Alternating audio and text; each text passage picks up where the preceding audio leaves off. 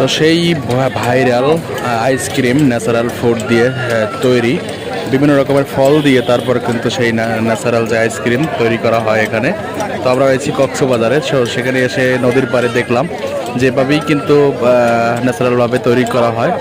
বিভিন্ন রকমের যে ফল রয়েছে, যে রকমের কমলা রয়েছে, আপেল রয়েছে, বা পেঁপে রয়েছে, বা দুধ রয়েছে, বিভিন্ন রকমের আসলে ফল বা দুধ দিয়ে তারপর কিন্তু এখানে আইসক্রিম তৈরি করা হয়। এবং এই আইসক্রিম খাওয়ার জন্য কিন্তু আমরা দেখছি পেয়েছি যে এখানে লাইন ধরে, লম্বা লাইন ধরে এরপর কিন্তু সেই আইসক্রিমের জন্য অপেক্ষা করছে।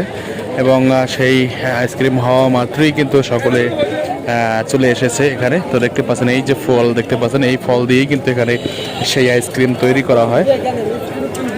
তো মজাদার আইসক্রিমটা আমরাও খেয়েছি, খুবই মজাদার। তো স্বাদটি একটু ব্যতিক্রম, যে স্বাভাবিক যে আইসক্রিমের যে স্বাদ সেই স্বাদটি কিন্তু পাওয়া যাবে না, কারণ ন্যাচারাল যেহেতু আসলে ফল দিয়ে তৈরি, তো সেই ফলের যে একটি ফ্লেভার সেটি কিন্তু একেবারেই পাওয়া যায়। তো আপনারাও হয়তো উপভোগ করতে পারেন। তো এটি কিন্তু কক্সবাজারের যে বিচ রয়েছে সেখানেই আমরা লক্ষ্য করেছি, একাধিক দোকান রয়েছে এখানে সেই যে আইসক্রিমের।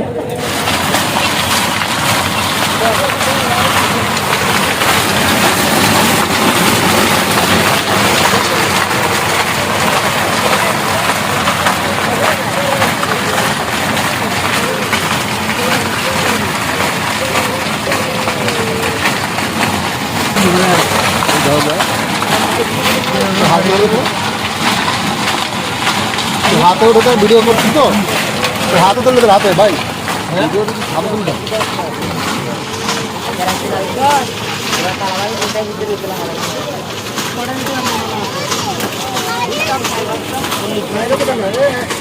কি স্বাদ কেমন? যেহেতু ন্যাচারাল ফুডের কোনো ধরনের প্রিজারভেটিভ ছাড়া, তো স্বাদটা অতটা ইউনিক হবে না, কারণ ন্যাচারাল ফুড। আর আপনি কেমিক্যাল যুক্ত দিলে স্বাদটা আরও বেশি পেতেন। স্বাদ ভালো না হলেও ন্যাচারাল ফুডের স্বাদটা ফ্লেভারটা সেটা পাওয়া যাচ্ছে।